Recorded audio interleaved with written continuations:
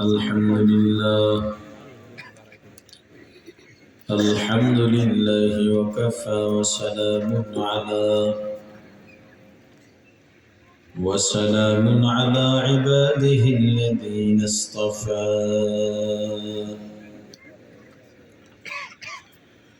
أما بعد فأعوذ بالله من الشيطان الرجيم.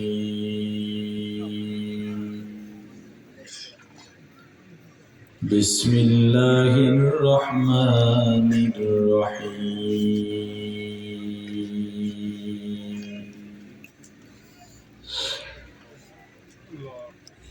قال النبي صلى الله عليه وسلم: خيركم من تعلم القرآن وعلمه، أو كما قال النبي عليه الصلاة والسلام. صدق رسوله النبي الكريم.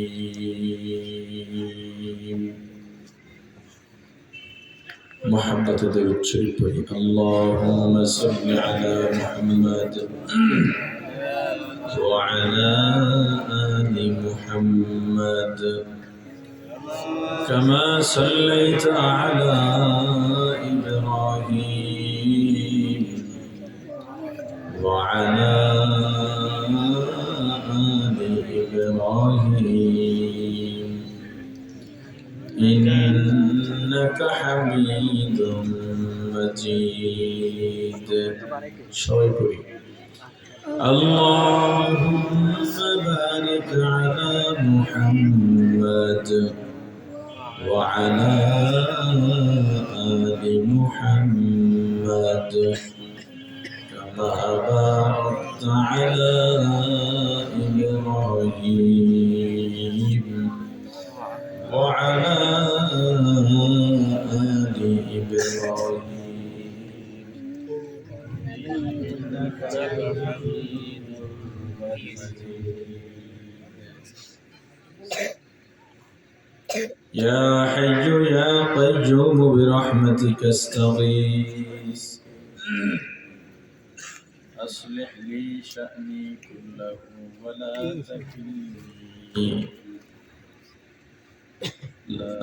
تكلني إلى نفسي طرفة عين.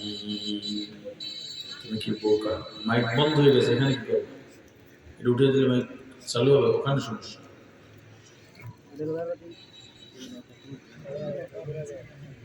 আলহামদুলিল্লাহ। বাউফলের সর্বপ্রথম মহিলা দ্বীনি শিক্ষা প্রতিষ্ঠান জামিয়া ইসলামিয়া আমিনা খাতুন মহিলা মাদ্রাসার উদ্যোগে আজকের এই ওয়াজ মাহফিলের সমাপনী অধিবেশনের মহতরম সভাপতি মুআজ্জাজ মুকাররম হযরত উলামায়ে কেরাম, দূর দূরান্ত থেকে আগত ইসলাম প্রিয় দিন প্রিয় মর্দে মুজাহিদ, আল্লাহ রাব্বুল আলামিনের আশিকিন জাকিরিন শাকিরিন মুসলমান ভাইরা, কলিজার টুকরো সমবয়সী যুবক ও ছাত্র বন্ধুগণ, পর্দানিশী মা ও বোনেরা, আল্লাহ তাআলার দরবারে লাখ কোটি শুকর ও সুজুদ যে মহান রব্বুল আলামিন আমাদেরকে হায়াতে তৈয়বা দান করে দুনিয়ার জান্নাতের বাগান কোরআন ও সুন্নাহর আলোচনার এই মুবারক মজলিসে আশা ও বসার মতো তৌফিক দান করেছেন, আলোচনা শোনার মতো সুযোগ করে দিয়েছেন, এজন্য শুকরিয়া আদায় করি আলহামদুলিল্লাহ। আপনারা এদিকে জায়গা আছে, বসে যতক্ষণ জায়গা আছে দাঁড়ানো যাবে।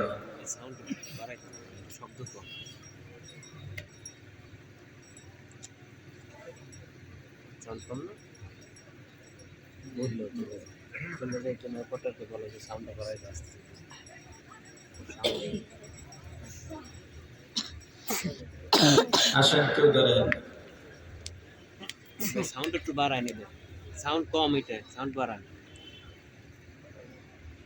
একটু বাড়াই।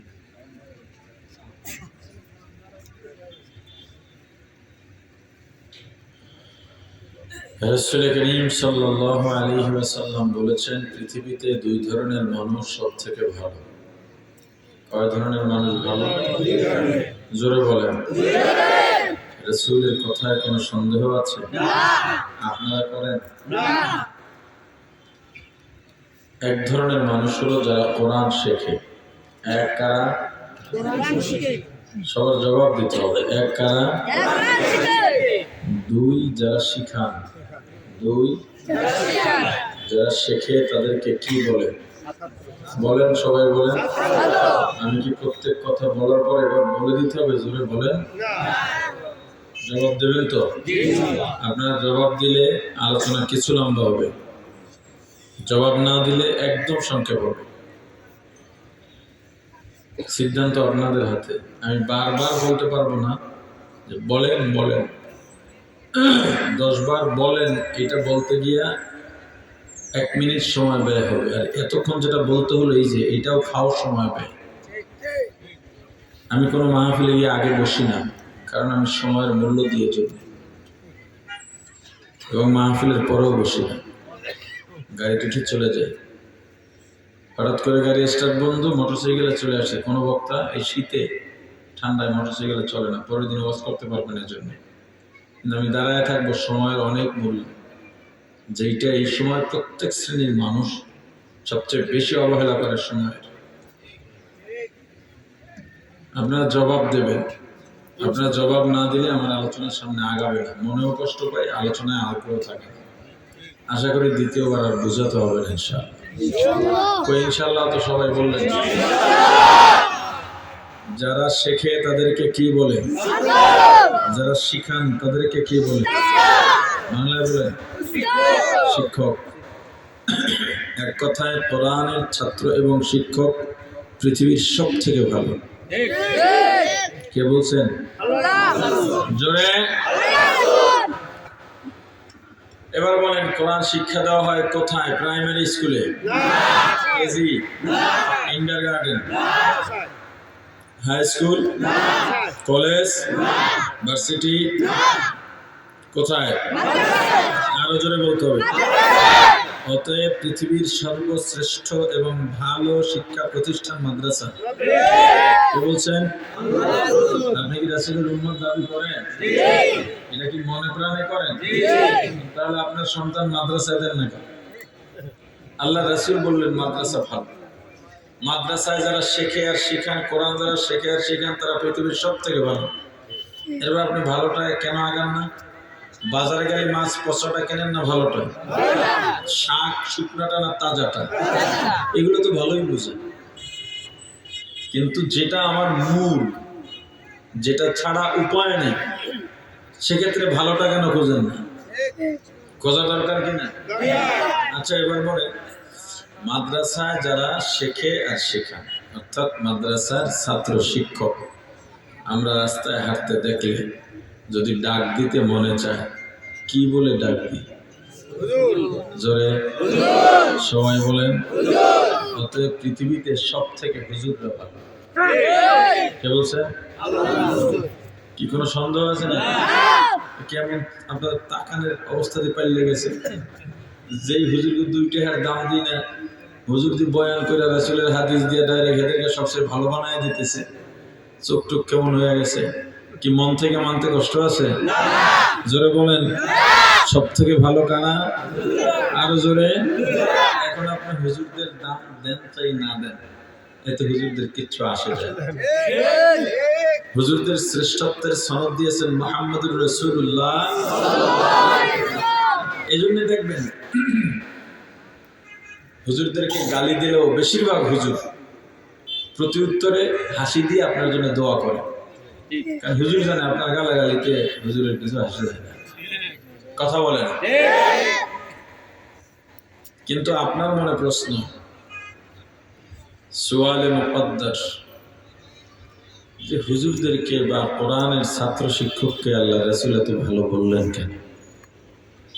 হুজুররা কি করতে পারছে এই দেশের জন্য, জাতির জন্য? হুজুররা তো মানুষের বাড়ি খায়, পরের বাড়ি খায়, মুরগার রান খায়, আর মসজিদ মাদ্রাসায় ঘুমায় আর পেট ঢালে।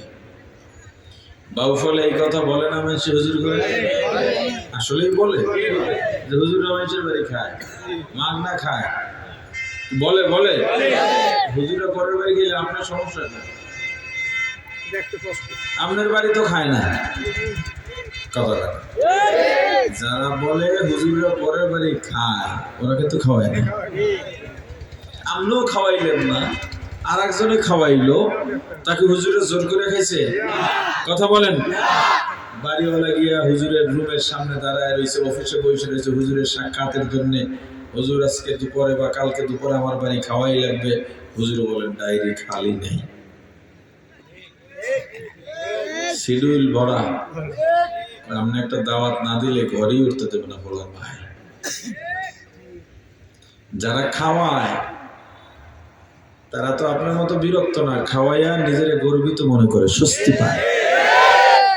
প্রমাণ এই বাজারের নাম কি? এই যে পিছের বাজারটা আছে বিলবিলিয়াস বাজারে, মনে করেন আমি কি সবসময় আসি? কথার কথা ধরেন এখন আমরা ফেরিঘাটে থামলাম, সব মানুষ দৌড়ে নামছে, বা বিলবিলাস বাজারে আইলাম, হঠাৎ করে এক চা দোকানওয়ালা দেখলো, দেখিয়া দৌড়ে নামছে, হুজুর আপনার ওয়াজ সবসময় শোনা। আমার বাদ দেন, আপনাদের মসজিদের ইমামের কথা কন। ইমাম সব তো সহজে বাজারে যায় না। ইমামরা জানে, হুজুররা জানে, বাজারে বসলে অযথা বেহুদা কথা বেশি হয়। বেহুদা কথা যেখানে থাকে সেখানে দ্বীনি কথা থাকে না, দ্বীনি কথা যেখানে থাকে না সেখানে শয়তান প্রবেশ করে। শয়তান যেখানে প্রবেশ করে সেখানে প্রত্যেকটা মানুষের কলবে ওয়াসওয়াসা দেয়। যাদের কলবে ওয়াসওয়াসা দেয় ওই কলবটা মরে যায়। এই জন্য হুজুররা বাজারে কম যায়, ঠিক নেই? এই আপনি তো প্রতিদিন সকালে বাজারে একবার না গেলে পেটে ব্যথা করে, দুপুরের আগে আগে না গেলে মাথা ব্যথা করে, আর বিকালে গিয়ে রাত 10টা পর্যন্ত চা স্টলে বসে না থাকলে আপনার সারা শরীর ব্যথা করে। কথা বলে না? কিন্তু আপনাদের ইমাম সাহেব কি সকাল বিকাল থেকে চা দোকানে আড্ডা দেয়? দু এক জায়গায় দিতে পারে, দিলে দোষেরও কিছু না, কিন্তু না দেওয়া ভালো। আমি যেটা বলতে চাই, তো হুজুর তো সবসময় বাজারে যান না, হঠাৎ করে বাজারে বের হয়েছেন, চা দোকানে দৌড়ে আইছে, হুজুর আপনারা কত মহব্বত করি, আপনি জুমার বয়ান শুরু করার আগে মসজিদে গিয়ে বসে থাকি। হুজুর আপনি যদিন থেকে এখানে আসছেন চেষ্টা করতেছি আমার দোকানে একটা চা খাওয়া, আমি এক গরিব মানুষ, আপনি আজকে একটা চা খাবেন। হুজুর বলে না রে বাবা, আমি চাটা খাইতে পারব না, দোকানে আমি বসি না। সবাই বলে হুজুর গরিব মানুষ, আপনার আসলেই মহব্বত করে, সবসময় আপনার ফেসাল মারে আনবে, আপনি একটু খান, একটা চা খাইলে কি হয়। দোকান থেকে লাভ দিয়ে পড়ে যায়, হুজুরে নিয়ে টুলে বসাইছে, সুন্দর করে মুছে দিয়েছে। নিজের চেয়ার ভালো থাকলে হুজুর এইটাই বল, নাহলে একটা চেয়ার আলাদা এনে দেয়, হুজুর এইটাই বল, কথা বলে। এরপর চা বানায়, গেলাস একটা ভালো করে চায়ের কেতলির মধ্যে যে গরম পানি থাকে ওটা দিয়ে ভালো করে কাপটাকে ধোয়, মিশে করতেছি, ভালো করে কাপটা ধুইয়া চা দেয়, ভালোভাবে দেয়। জীবনে এত যত্ন করে সে চা বানায় না, যে 1 মিনিটে 10টা চা বানাইয়া 10 জনের বিলি করা শেষ। হুজুরের এক চার পিছনে সময় কষ্ট করে কম হইল 5 মিনিট। চা দিয়ে হুজুরটা বিস্কুট দিই, হুজুর কয় না, একটা কেক দিই, কয় না, কত ফলাফল গেলে ওই দিন বাসায় খাইবে, কয় না রে বাবা তুমি চা দিছো তাতে আমি খুশি।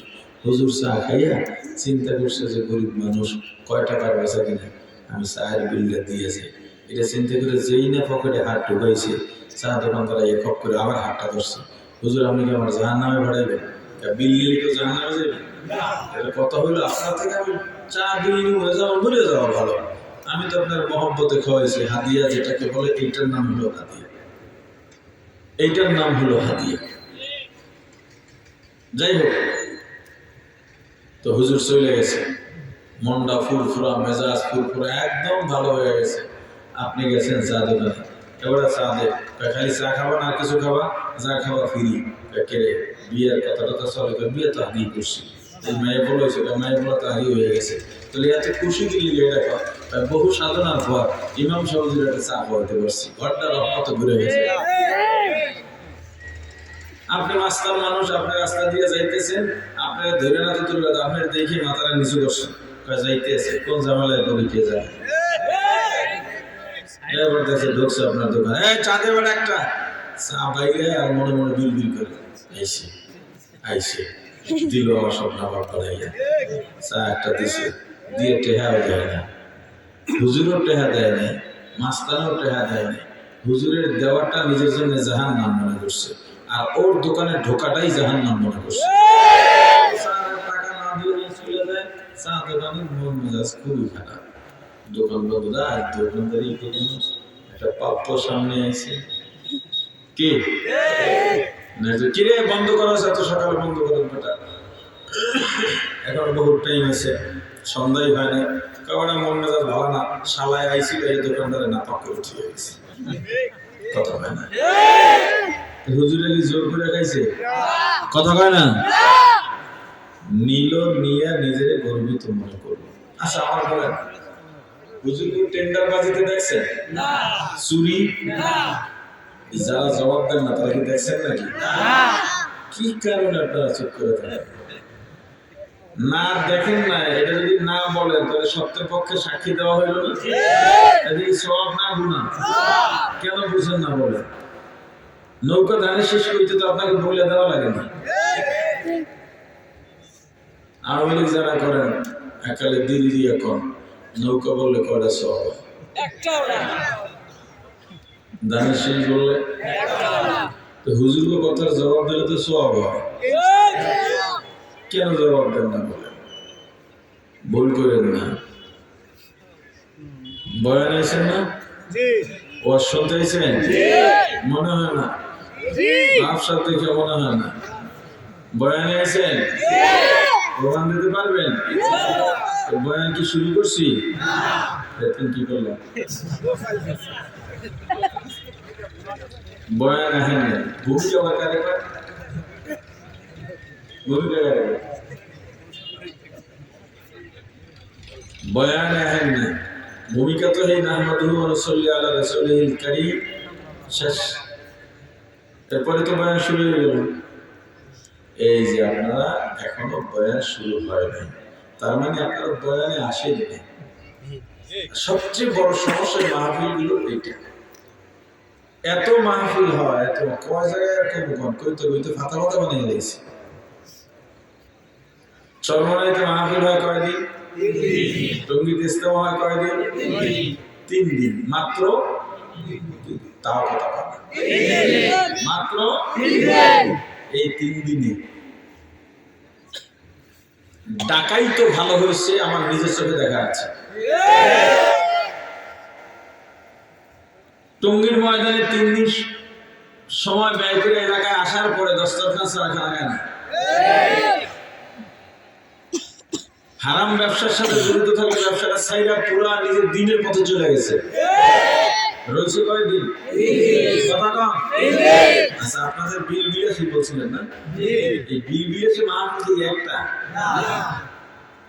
3টার বেশি হয় না?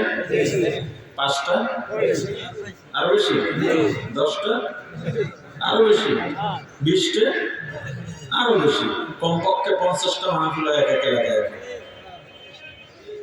আপনি বিল বিলাসের মাহফিল শুনলেন দিন দিন, ওখানে আর এখানে দিন দিন। ওখানে 3 দিনে মানুষ পরিবর্তন হয়ে গেল, এখানে দিন দিনেও মানুষ পরিবর্তন হলো না। ব্যাপারটা কি? এই ব্যবধান শুধু এক জায়গায়। ওখানে যারা আয়োজন করে তারা মাহফিলকে মাহফিল মনে করেই আয়োজন করেন, যারা বয়ান করেন তারা মাহফিলকে মাহফিল মনে করেই বয়ান করেন, যারা শুনতে যান তারাও মাহফিলকে মাহফিল মনে করেই শুনতে যান।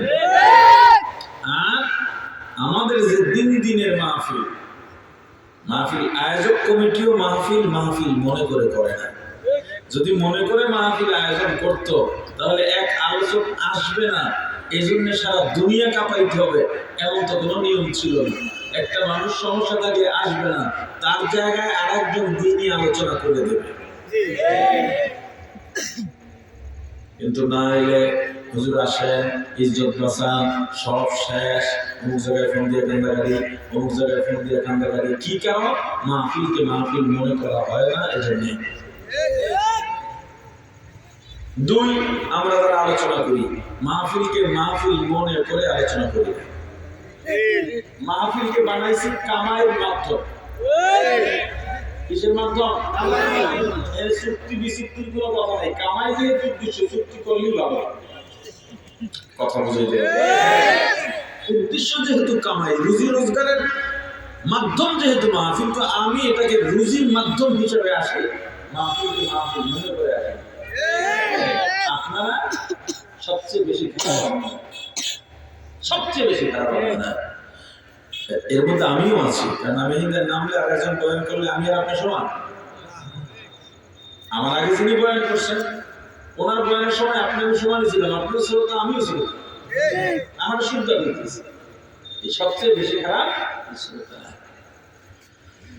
এরা মাহফিলে তো মাহফিল মনে করে আসেই না, মাহফিল কমিটি মাহফিল মনে করে মাহফিল করে না, কিন্তু যাত্রা মনে করে না। বক্তারাও মাহফিলকে মাহফিল মনে করে যদিও বয়ান না করেন, তবুও যাত্রা মনে করে করেন না। কিন্তু শ্রোতারা মাহফিলকে মাহফিল তো মনে করেই না, যাত্রা পায় না, যাত্রার সুর শুনতে পারে না, ওই সুর মিটাইতে এই জায়গায় আসে। এজন্য দেখবেন এই যে আপনারা বসছেন, এখন তো তাফরিক করা মুশকিল, কান টুপি দেওয়া, এই কি বলে মাফলার কান টুপি দেওয়া আছে অনেকে, দেখা যাবে যে অর্ধেকের মাথায় টুপি নেই। কান টুপি, এই যে কান টুপি বা মাফলার বোঝা যায় না, কিন্তু টঙ্গি বা চরমাইতে লক্ষ লক্ষ মানুষ হয়, একজনের মাথায় টুপি ছাড়া না। তারা মাহফিলকে মাহফিল মনে করছে। আপনারা কি রাগ টাগ করেন?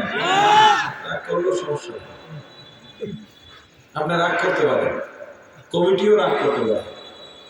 এই মাহফিলের বাস্তবতা নিয়ে আমি যদি আধা ঘন্টা কথা বলি, আপনারাও সইতে পারবেন না, কমিটিও সইতে পারবে না, কেউ সইতে পারবে না। ওই উনি আসছিল গতকালকের মাহফিল, ওই কথা যদি এখানে করি কেমন করতেছি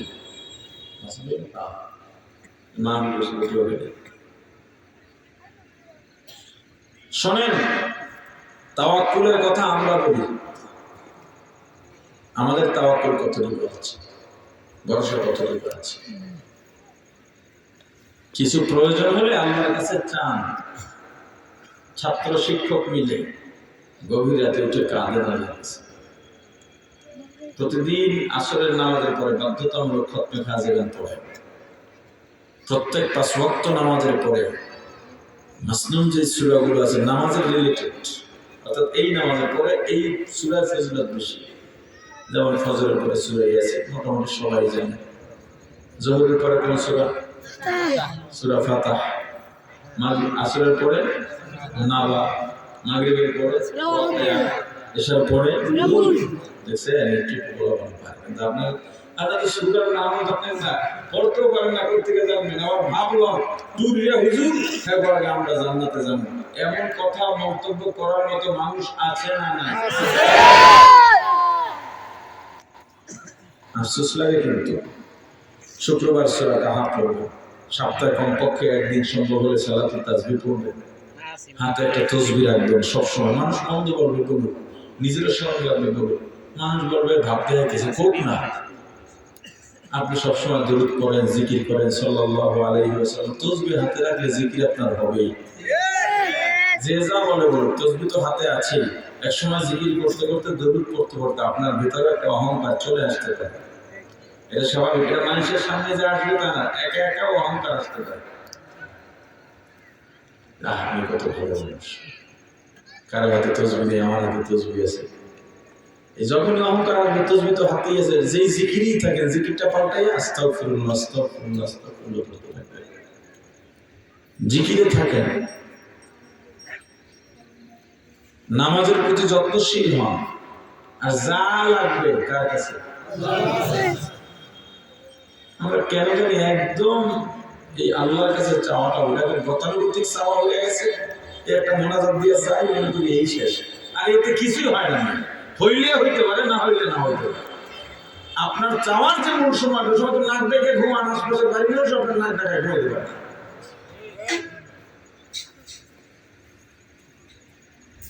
আল্লাহ বোঝার তৌফিক দান করেন। আমরা মুখ বন্ধ রেখে না, তাহলে কিন্তু আমি ভালো কথা বলবো না। এই যারা সুরের জন্য আসছিলেন, অনেকে চা দোকানে পড়ে গেছিল, এই হুজুরের টান মারে কোন সময়।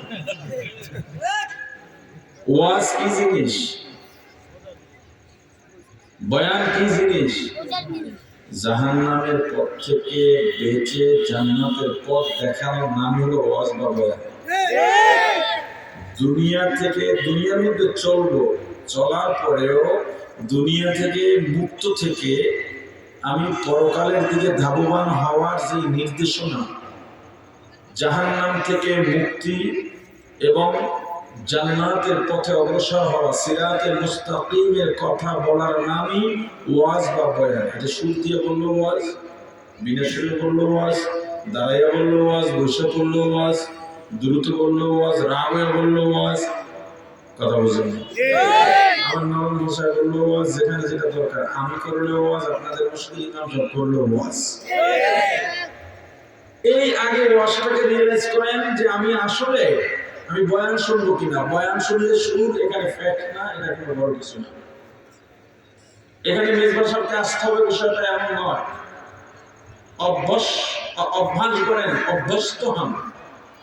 সামনে থেকে আমরা এই বগা ফেরির ওপার থেকে কোনো আলেম আনার দরকার নেই। এই এলাকার ভিতর দিয়ে আমরা দিনই কথা শুনবো। একটা দিন আমরা সুযোগ করবো, সবাই এক জায়গায় হবো, আমাদের সব হুজুরের দিনই কথা শোনাবে। প্রত্যেক মাসে মসজিদে মসজিদে মাসিক হালকা করে, ইস্তেমা করে, ইসলামী মাহফিল করে। ওখানে সবাই জড়ো হন।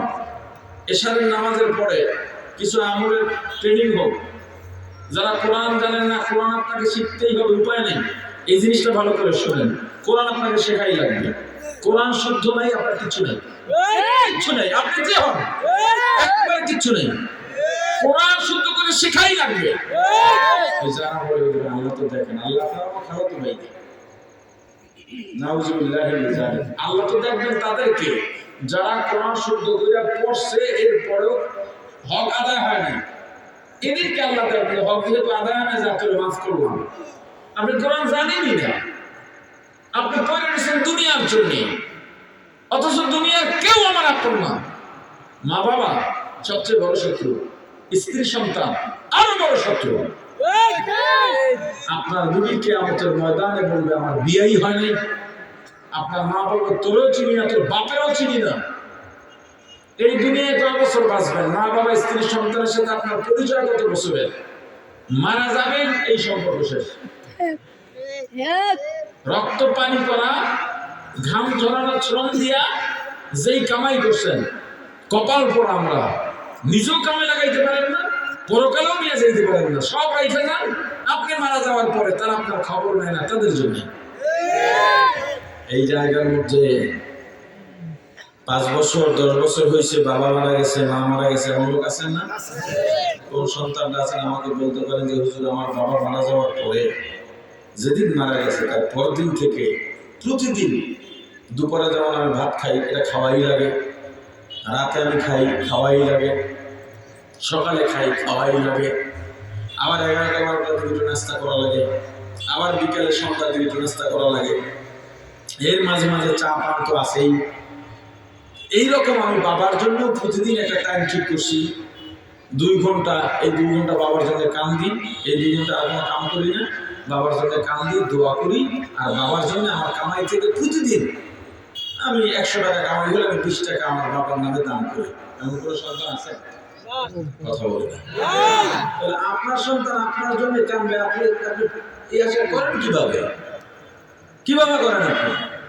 আমি খুব তাত্ত্বিক গভীর ইলমি বয়ান করতে আসি না, অত বড় আলেম আমি না। আমি আসছি আপনার ঘুমন্ত বিবেককে জাগ্রত করতে। আমি আসছি আপনার চেতনাকে নাড়া দিতে। শুধু আপনি বোঝেন আমার কি করা দরকার, আসলে আমি কোথায় ছিলাম, কোথায় যাদের জন্য আমি পাগল, বা যারা আমার চারদিকে জড়িয়ে আছে পৃষ্ঠে পৃষ্ঠে, এরা আসলে কারা, এরা আসলে কে? সন্তানের জন্য জীবন দিতেই তো হবে। এরপরে এটা মাথায় রাখতে হবে, ওরা আমার কেউ না, আমার কামাই, আমার কামাই আমি সঙ্গে নিয়ে যাব না, এটা হতে পারে না। সম্পদ কি সাথে নেওয়া যায়? আরে যায় নিয়ে কায়দা জানলে যায়। কথা ডাক্তারের সিরিয়াল 100 নম্বর, এটা তো 3 দিন পরে আমার সিরিয়াল আসবে। কায়দা জানলে 1 নম্বরে যাইও খারাপ যায়। কথা বলে দুনিয়ার সম্পদ তো পরকালে যাইবে না, কায়দা জানলে সব লগে লগে যাওয়া যায়।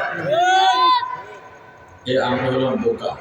গত 2 বছর আগে নরসিংদীর এক ভদ্রলোক ব্যাংকার, 2টা ছেলে।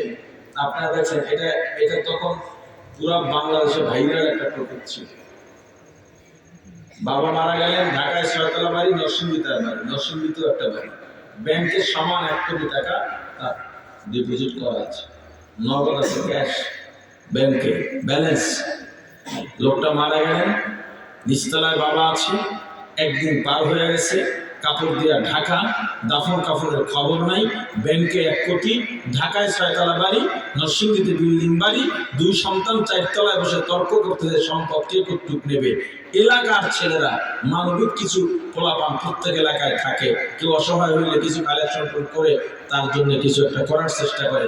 ওই ছেলেরা চান্দা উঠাইয়া কোটি টাকার মালিক, ঢাকার বাড়ির মালিক, নরসিংদীর বাড়ির মালিক, ব্যাংকার, কোনো অভাব নাই যার। এই ছেলেরা রাস্তার থেকে মানুষের কাছে হাত বাড়াইয়া টাকা উঠাইয়া কাফনের কাফন কিনে জানাজা দিয়ে দাফন। আপনার শিক্ষার জন্য কি লাগবে?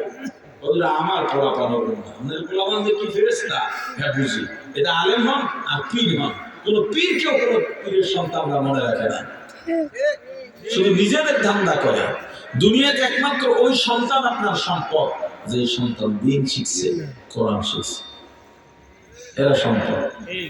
যেগুলো দিন জানে না, এই সন্তান তো আপনার উল্টো জাহান্নামে, এটা আপনার উল্টো গজব হয়ে আসছে মাথার উপরে। আরে দায়ভার তো আপনারই, এর দায়ভারও আপনি, এই দায় আপনি এড়াতে পারবেন না। অনেক কথা বলে ফেলেছি। মূল যে কথাটা, যে কারণে এই কথাগুলো বললাম, সেটা হলে যে আপনারা আসছেন, ওয়াজে আসছেন, অপেক্ষায় আছেন, হুজুরের সুর দেয় না, টান দেয় না, এই অপেক্ষায় আছেন সবাই, যে বলেন না আমি সুর না দিলে কোনো সমস্যা আছে? এখন অনেক হুজুরকে আসলে সুর দিতে না। 1-2 বছর আগে ওই সিলেটের লাখাই মাহফিলে গেছি, মাহফিল বাদজোহর বয়ান, তো প্রচুর যানজট, যাইতে যেতে আসর হয়ে গেছে, খাওয়া দাওয়া হয় নাই, বয়ানে বসছি, মানুষ চারিদিকে দাঁড়ায় খেলায় বসছে। দিনে মাহফিলগুলো এখন ভালো হয়, সব জায়গায় মানুষ দূর থেকে আসতে পারে, অল্প সময় শেষ হয়ে যায়। এখন এদেরকে যতই বলি দূর পড়তে বলি পড়ে না, সুবহানাল্লাহ জায়গায় সুবহানাল্লাহ পড়ে না, ইয়ে তো বলি কাজ হয় না। আমি আর সুর দিলাম না, প্রায় মাগরিব পর্যন্ত 1.5 ঘন্টা বয়ান হলো, এই লোক একটাও নড়েনি। আমি বয়ান থেকে নামার পর লগের লোকজন বলতেছে, হুজুর লোক তো একটা উঠলো না, তো সুর তো লাগে না, তুই বুঝোস নাই তোরা। আসলে এরা অপেক্ষা ছিল, এই বুঝি হুজুরের টান মারবে, এই বুঝি টান মারবে, এই আশায় আশায় বয়ান শেষ হয়ে গেছে।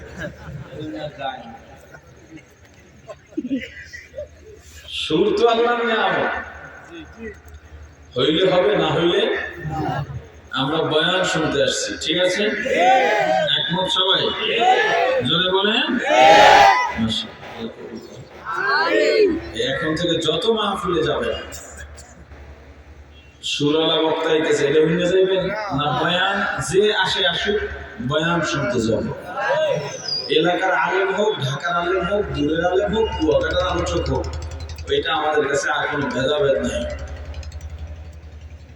এই দেশ থেকে এই সিস্টেমের মাহফিলের সংস্কৃতি বন্ধ হওয়া উচিত, শুধুমাত্র এই মানুষগুলোকে ঠিক করার জন্য। এই মাহফিলের রিসুম বন্ধ করে মাসিক হালকা করা উচিত। এরপর তবলিগের জোর হয়, দেখছেন কথা বলে, আরে ভাই ওইভাবে মাহফিল হওয়া উচিত। কে আসবে না আসবে কেউ জানবে না, একজন হুজুর কথা বলবে, আর একজন হুজুর আসবে কথা বলে যাবে, শ্রোতারা শুরু শুনতে যাবে। খালি সুর খোঁজন নিয়ে আবার পাট্টা পাট্টি মাহফিল, এক এলাকায় আজকে যে এলাকায় মাহফিল চালাই ভালো, মানুষ যাইবে কোন যায়, কয় জায়গায়। হায় হায়, এবার আমি বলছিলাম যে আমার লই যান,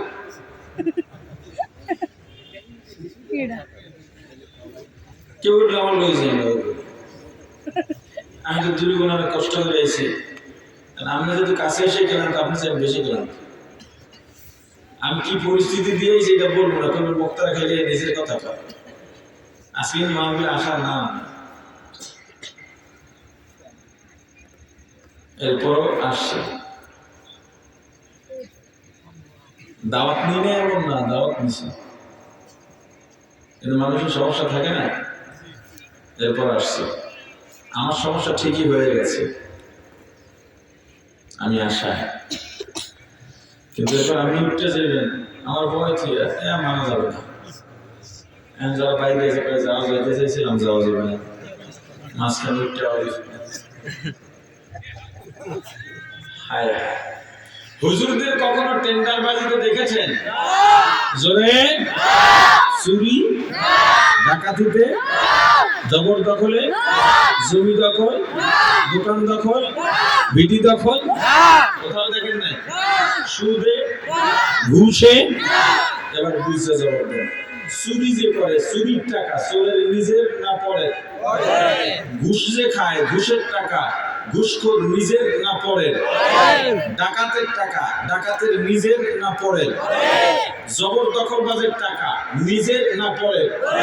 পরের টা খাইলো কারা? দোষটা দিলেন কাউরে? কি বুঝলেন না? হুজুর আপনি তো হুজুরের পক্ষে পুরো লইয়া লাইছেন। হুজুরের পক্ষে লওয়ার উপায় নাই, আল্লাহ রাসূল বলেছেন এরা ভালো। খারাপ থাকতে পারে হুজুরের মধ্যে, সংখ্যায় কম। ভালো থাকলে হুজুরের মধ্যেই ভালো, অন্য মধ্যে ভালো নাই।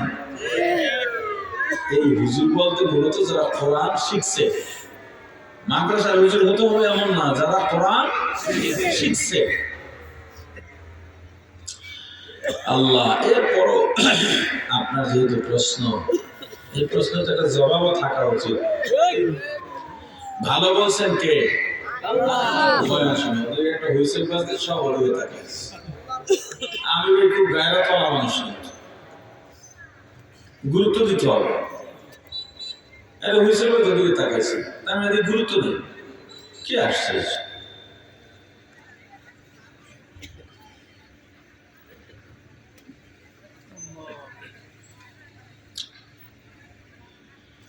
হ্যাঁ, ভালো বলছেন কে? জোরে আল্লাহ রাসূলের পক্ষে প্রমাণ আর সাক্ষী দিয়েছেন। তাহলে কোরআন যারা শিখে আর শিখান তারা যে ভালো, এটা পাইলাম হাদিস থেকে। ভালোর পক্ষের প্রমাণ নেব কোরআন থেকে। যারা কোরআন শেখে আর শিখান তারা এত ভালো কেন? অনেকগুলো জবাব আছে, কোরআনেই আছে, স্পষ্ট জবাব আছে, ব্যাখ্যা ছাড়াই কিছু আছে ব্যাখ্যা সহ। অনেকগুলো জবাবের এক নম্বর জবাব, কোরআন না শিখলে মানুষ মানুষই হতে পারে না। কোরআন শেখার দ্বারা মানুষ প্রকৃত মানুষ।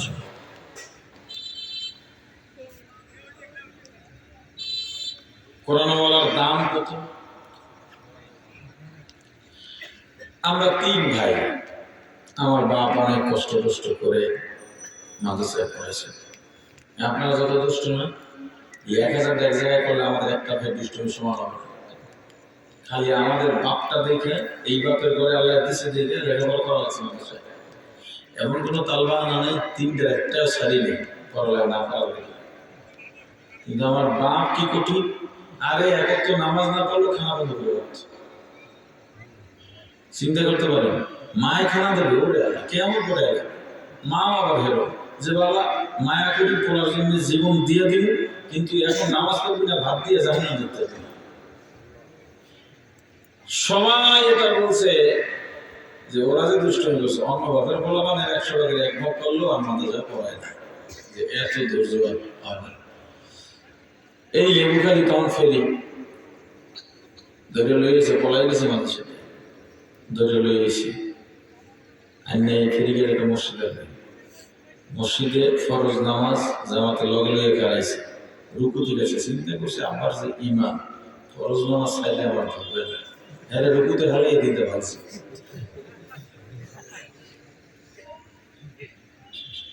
এখন এটা স্পষ্ট সব জায়গায় বলি, বড় বলায় আমার অন্তত বাকি ভাইরা কি বলবে জানি না, আমার আইডল যদি বলি এই দুনিয়ায় আল্লাহ রাসূল বা এই তরিকাটা, তো এটা তো উঠছে, এটা তো তুলনায় আসবে না। এরপরে আসে না আমি হুজুর তার অনুসরণ করি, আমার আইডল আমার বাপ, হক কথা বলার ক্ষেত্রে আমার নমুনা, আমার আইডল বলেন অনুসরণ আমার বাপ, কাউকে ছাড়ে না, কাউকে ভয় পায় না, জীবনে বাতিলের কাছে মাথা নত করে না। এমন সাহসী মানুষ আমি জীবনে দেখি কোথাও বসে যে পরিবেশে কেউ তাকে হক থেকে সামান্যতম নড়াইতে পারে, যে সামাজিক খাতিরে একটু মাইনে দিলে কি হয়, হুজুরাও তো দেখছি চুপ করে বয়ে থাকে। দেড়বার মানুষ বলে তিনটা ভাই আলেম, আমরা তো আল্লাহ আলেম বানাইছি অতটা অনুভব করি না, আবার তিনজনই বয়ান করে। আর আজকে যেখানে এসি কয়জন, 65 জন একই পরিবারে সব হাফেজ। আমরা কি হিংসা লাগে না? লাগে না? কিন্তু যে দোয়া না ভিতরে যে এই ভাষায় যদি আমার ঘরে একটাও নাই, এখন থেকে শুরু করবো কথা বলা কি ঠিক, এই শিখছে একটা ঠিক, খালি কথা কথা। কোরআন না শিখে মানুষ মানুষই হতে পারে না। প্রমাণ দেখেন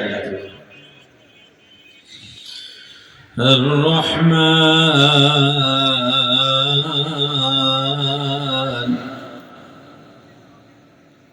علم القرآن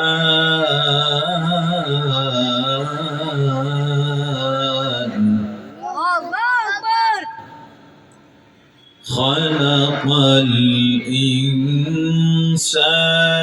علمه البيان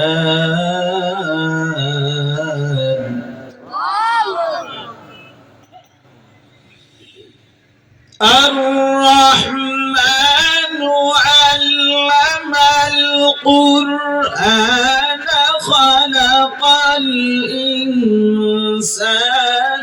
علمه البيان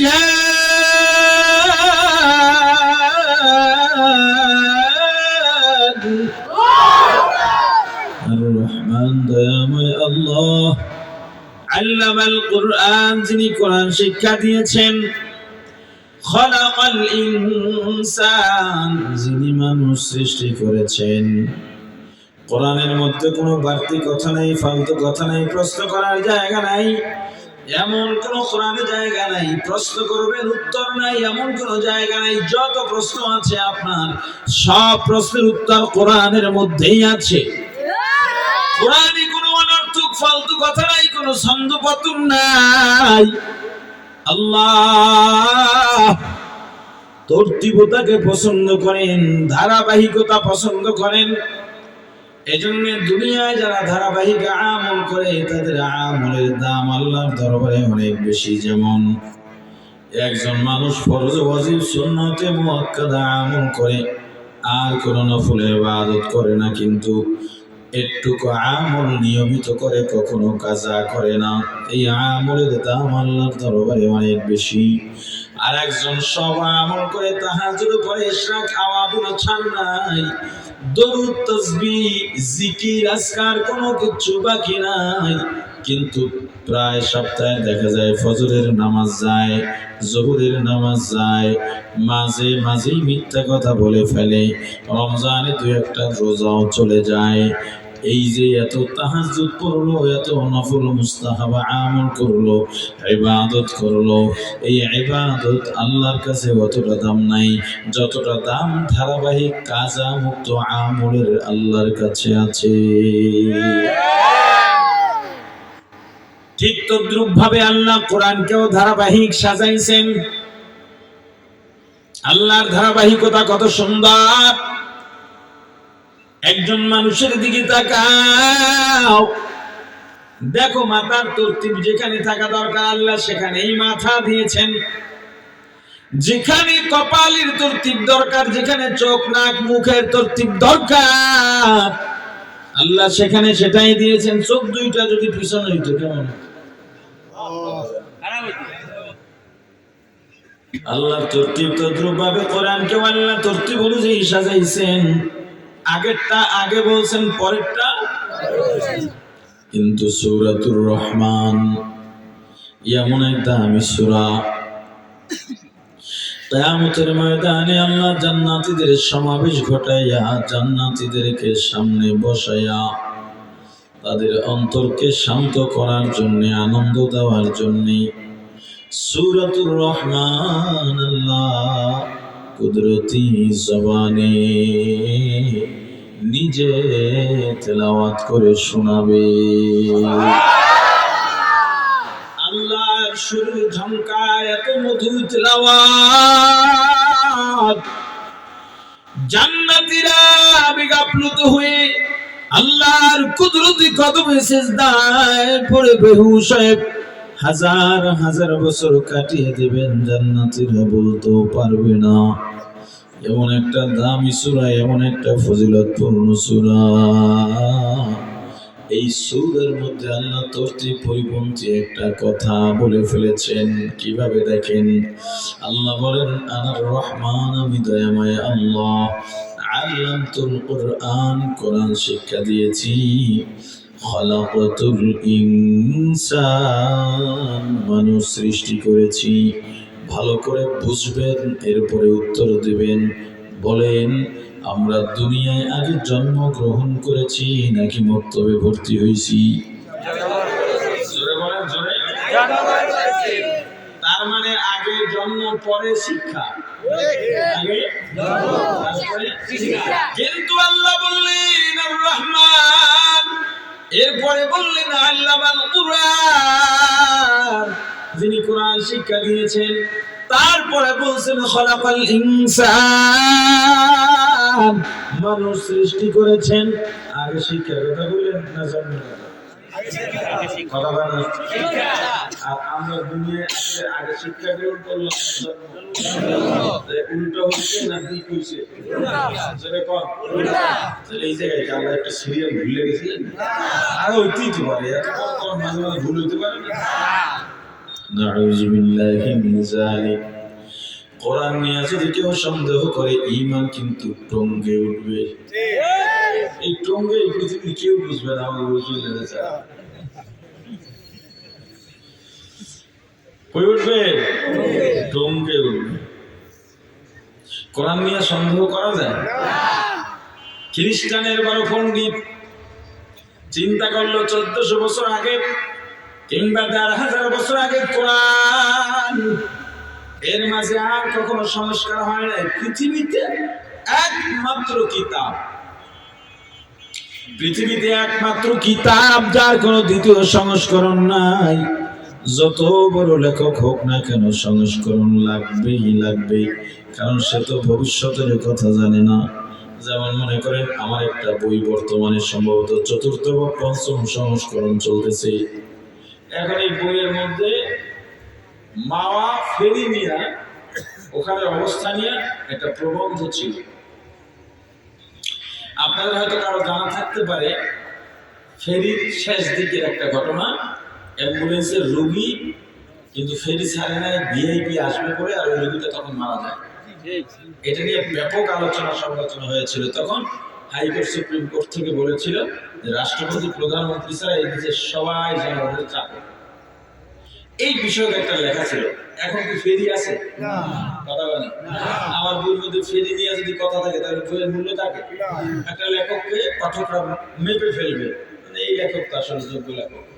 ফেরি গেছে কবে, এখন ওদের সংস্কার করে ব্রিজ মিলাইয়া আবার নতুন করে প্রবন্ধটা লেখতে হয়েছে।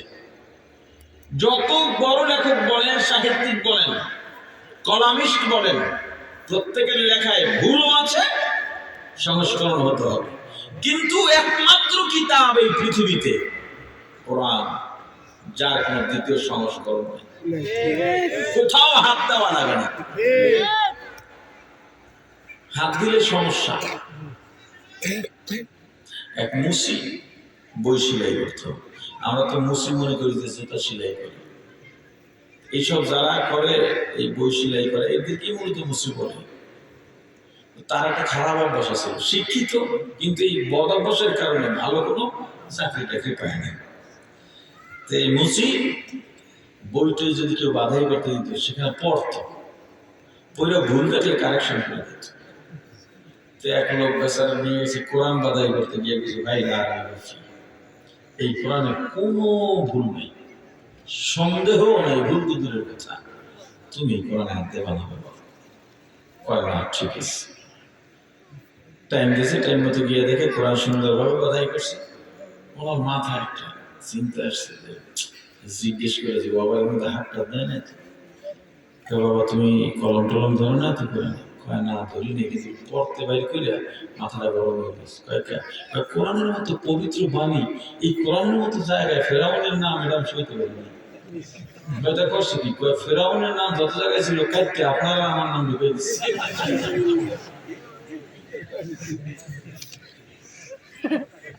খ্রিস্টান পণ্ডিত চিন্তা করলো ১,৫০০ বছর আগের কোরআন, এর মধ্যে সাহিত্যগত, ব্যাকরণগত, শব্দ গঠনগত, বাক্য গঠনগত কোনো না কোনো ভুল থাকতেই পারে। কোরআনের ভুল বের করে মুসলমানদের কুপকাত করব।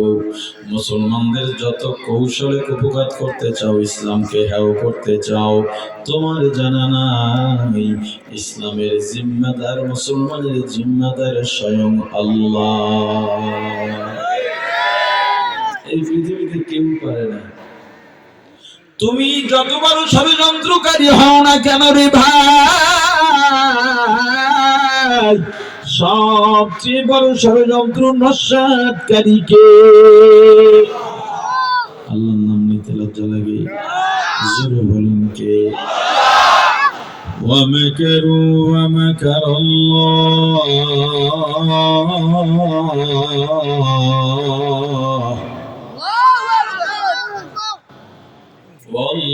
ওয়াল্লাহু খায়রুল মাকিরিন।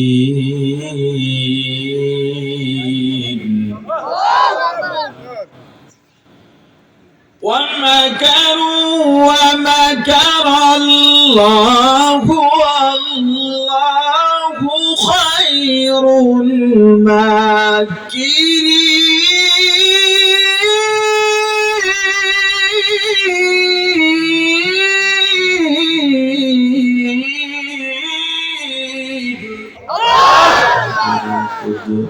رد داري بركمال أنت ربي أنت حسبي ذو الجلال ক্ষমতার মালিক। আওয়াজ দিয়া বলেন, তুমি ষড়যন্ত্রের জাল বিছাইতে বিছাইতে বিছাইতে বিছাইতে পৃথিবীর এক মাথা থেকে অন্য মাথায় নিয়ে যাইবা। জালের ফাঁদ যার জন্য পেতেছ, তাকে তোমার ফাঁদে আটকাবার আগে তোমার বিছানো জালে তোমাকে পেঁচাইয়া পেঁচাইয়া পেঁচাইয়া পেঁচাইয়া নেস্তনাবুদ করবেন কে? মুসা কালিমুল্লাহ। এই বিষয় থেকে লাভ নেই, সাইরা চলে যাবেন। লক্ষাধিক সৈন্যবাহিনী নিয়ে উম্মত নিয়ে রওনা দিলেন। ফাঁদ পাচ্ছে ফেরাউন, এদিক দেওয়া যাইতে দেওয়া যাবে না, ওদিক দেওয়া যাইতে দেওয়া যাবে না। যাও মানব দেয়াল করো, যত অস্ত্র আছে নিয়ে যাও, এদিক থেকে আটকাও, ওদিক থেকে আটকাও। একদিকে প্রাসাদ আর একদিকে নদী, ফাঁদ পাচ্ছে নদীতে। আল্লাহ মুমিনদের রাস্তা বানায় দিয়েছে, ওই নদীতে ডুবাইয়া মারছেন কারে? কথা কয় না, এটাই তো আমার আল্লাহ। আব্রাহা গেছে বাইতুল্লাহ ভাঙতে, বিশাল হাতি বাহিনী নিয়ে, পারছে? ছোট্ট ছোট আবার অপেক্ষা করো না, ভয় পেও না, ইমানদার তুমি, তাওয়াক্কুল করো আল্লাহর উপরে। ওয়াতাওয়াক্কাল আলাল্লাহ ওয়াতাওয়াক্কাল আলাল্লাহ وتوكل على الله وكفى بالله وكيلا. सारे दुनिया को मुखालिफ कुछ नहीं नुकसान, सारे दुनिया गम खले कुछ नहीं नुकसान डर नहीं कुछ गम नहीं कुछ जब खुदा रहमान डर नहीं कुछ गम नहीं कुछ जब खुदा रहमान मल्लहुल मौला फलहुल कुल তুমি আল্লাহর জন্য হয়ে যাও সারা পৃথিবী আল্লাহ তোমার গোলাম বানায় দেবে প্রাণের ভাই আমার তুমি মুমিন যদি হও তোমার কাজ তুমি চালিয়ে যাও সামনে দেখলা বিশাল রেল দরজা লটকানো আটকানো যাওয়ার জায়গা নাই এটা নিয়ে ভাবার টাইম তোমার নাই এটা চিন্তাও তোমার নয় তুমি দৌড় দাও দরজা খুলে দেওয়ার দায়িত্ব কার এটাই মুমিনের থিম মুমিন এটাই করবে এর বাইরে যাওয়ার সুযোগ নেই তুমি কাজ করে যাও কালকে কি খাইবা এই চিন্তা তোমার না আগামীকাল খাবো না খাবো সিদ্ধান্ত কার আমার জিম্মায় রিজিক আসবে কি আসবে না এই সিদ্ধান্ত কার তুমি কাজ করে যাও কোটি টাকার মালিক তুমি আল্লাহ যদি চান কালকে তুমি খাইবা না কোটি টাকা থাকলেও খাইতে পারবা না তোমার ঘরে এক পোয়া চাউল নাই আল্লাহ যদি চান কালকে তুমি খাইবা ব্যবস্থাও করবেন আল্লাহ अल्लाह अल्लाह क्या मुबारक नाम है अल्लाह अल्लाह आशिकों का काम है या इलाही तू मेरा माबूद है या इलाही तू मेरा माशूक है औलियारा कारे उक़बाए ख़तियर जाहिलारा कारे दुनिया इख्तियार जाहिलारा कार दुनिया इख्तियार आशिकारा मिल्लत मज़हब जुदास्त आशिकारा मिल्लत मज़हब खुदास्त প্রাণের ভাই আমার ভয় পেও না খ্রিস্টান পণ্ডিত কোরআন রিসার্চ শুরু করেছে কোরআনের ভুল ধরার জন্য কোরআন খোলার সাথে সাথে তিনি দেখতে পেলেন কোরআনে কি বলছেন আলিফ লাম মিম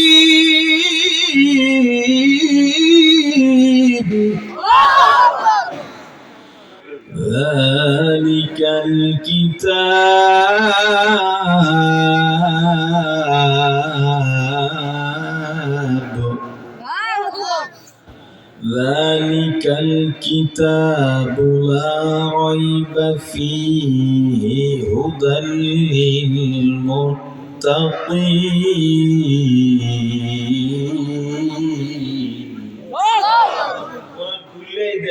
কোরআন ভুল ধরতে গেছে কোরআনের চ্যালেঞ্জ ছুটে দিছে বেড়াই কোরআনে কোনো ভুল নাই সন্দেহ নেই বেড়াই গেছে অবাক হয়ে কয় পৃথিবীতে এমন কোন লেখকের এই সাহস নেই মোহাম্মদের এই সাহস হইল থেকে ওরা তো মনে করে কোরআন লেখছে মোহাম্মদ নিজে আল্লাহর নাম চালায় গেছে মোহাম্মদের এত সাহস একটা তো পাইয়ে গেছে ভুলটা পাইলেই তো এটা ধরবে পৃথিবী কইছে ভুল নাই এই যে ভুল এখন কোরআনের ভেতরে যত যায় তত অবাক হয় দুনিয়ার মানুষ যদি বই লেখে ওই বইয়ের মধ্যে নিজের কোনো না কোনো কথা থাকবেই থাকবে লেকচারার লেকচার দেবে লেকচারের মধ্যে নিজের কোনো উদাহরণ থাকবেই থাকবে আমি আপনাদের এখানে কথা বলতে গিয়ে আমার নিজের দুই একটা উদাহরণ অলরেডি দিয়ে ফেলেছি বুঝুন নাই এটাই স্বাভাবিক আমরা যখন বই লিখি মৌলিক বই যদি হয় এমনকি অনুবাদও যদি হয় শ্রুতি লেখনও যদি হয় প্রত্যেক লেখার মধ্যে নিজের কোনো দেখা ঘটনা উঠে যায়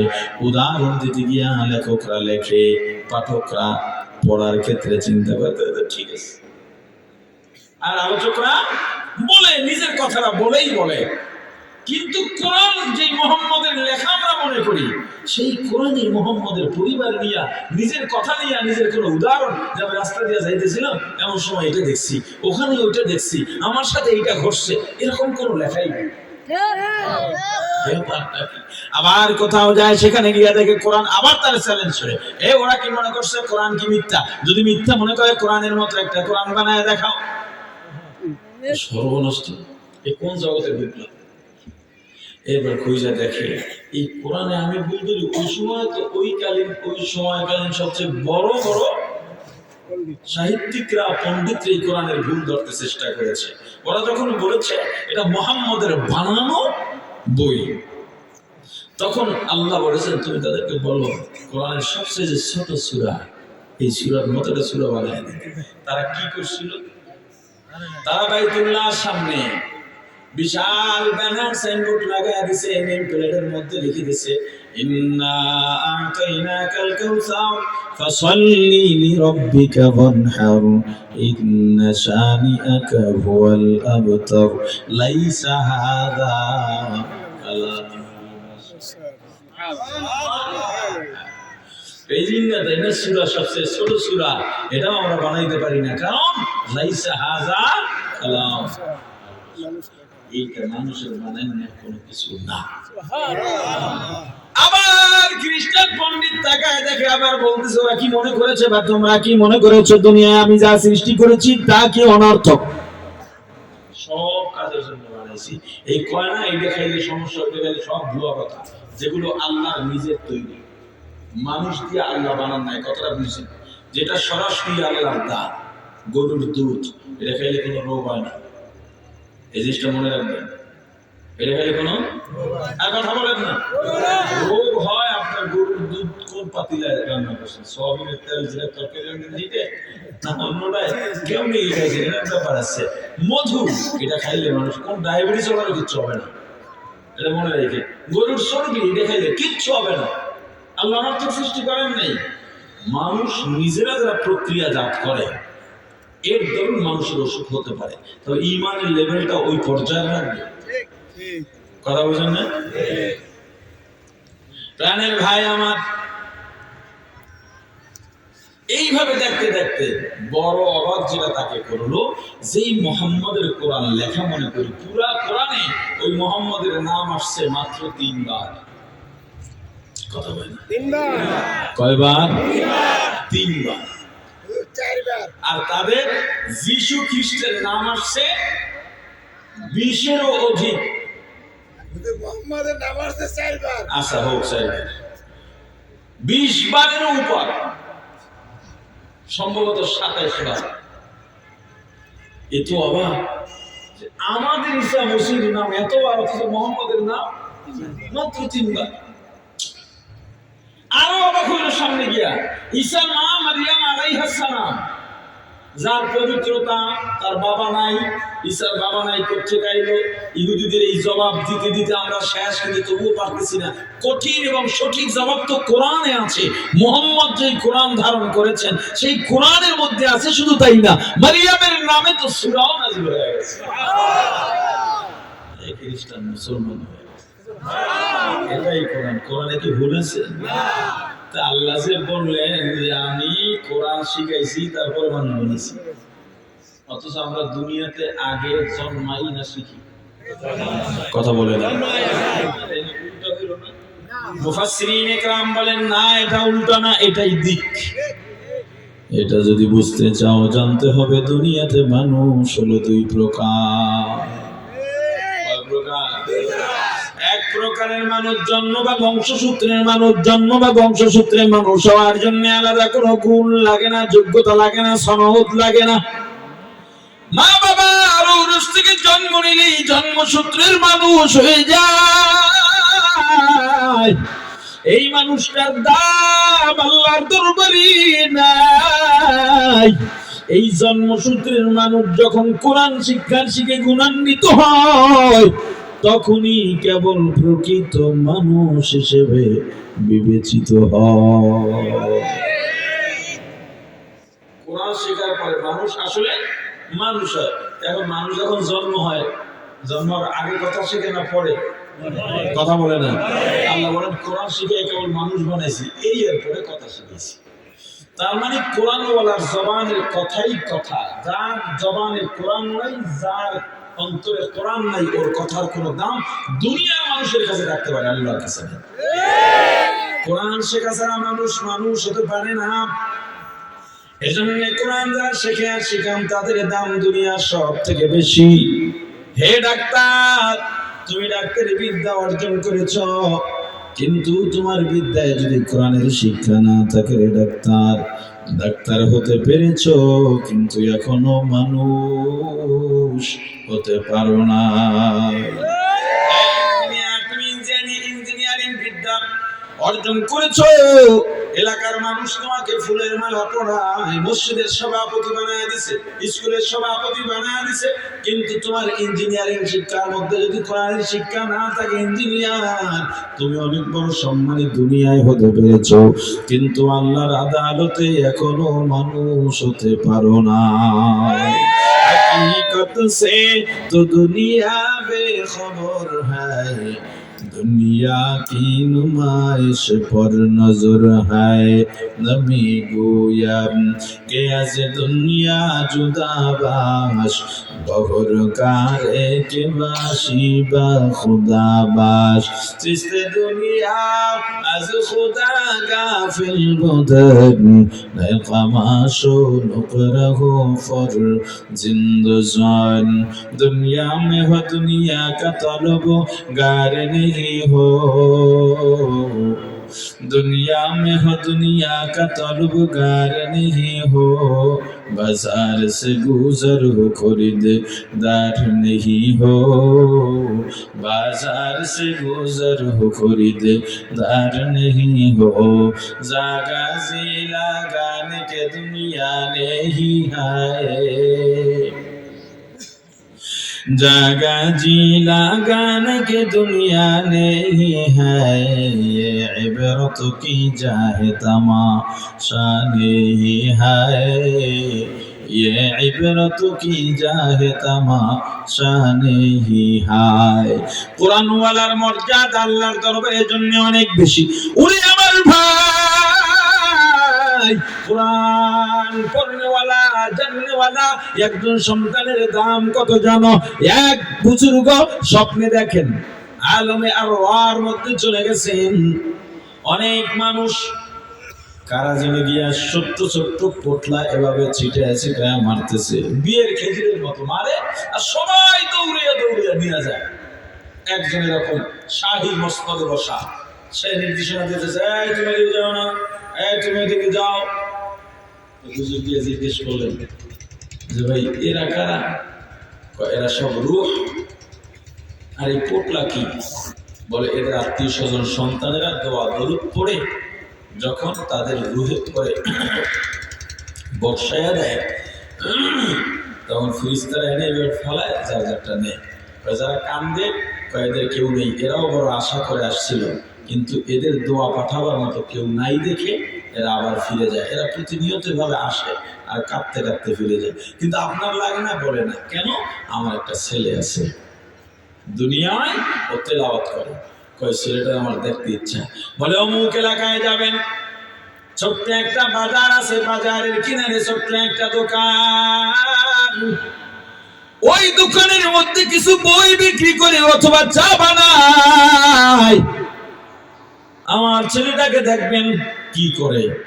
আমার ছেলে কাস্টমার এলে, কাস্টমারের প্রয়োজন শেষ, উঠায় দেয় চা দোকান, 10,000 টাকার পুঁজি, 42,000 টাকার টিভি। কথা বলে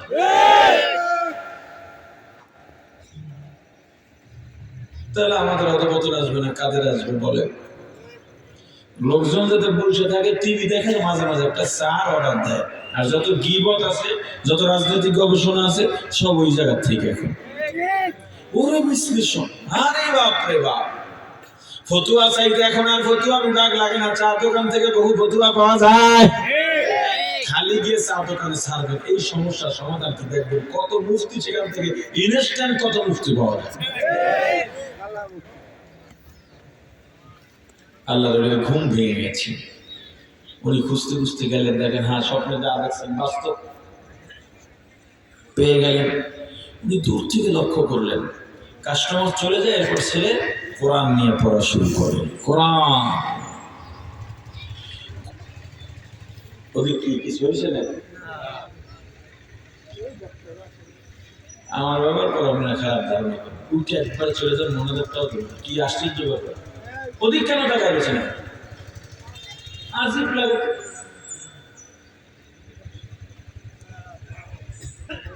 জরুরি কথা বলতেছে, কি বল শোনারা শুনতেছে। ওই যে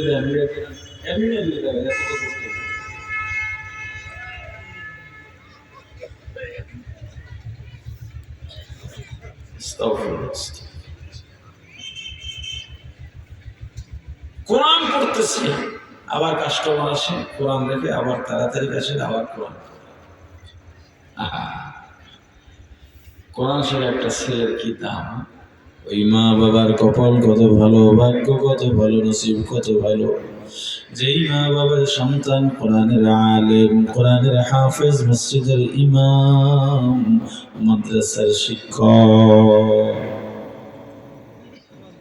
আরেকদিন আবার আল্লাহ ওলি একই স্বপ্নে দেখলেন। আজকে দেখেন ওই সিংহাসনে আরেকজন, আর ওই সিংহাসনে আগে ছিল দৌড়ের উপরে আছে।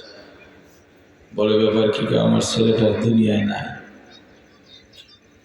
দিনদার ছেলে মেয়ে থাকলে লাভ না করতে বুঝলেন না? প্রাণের ভাই আমার,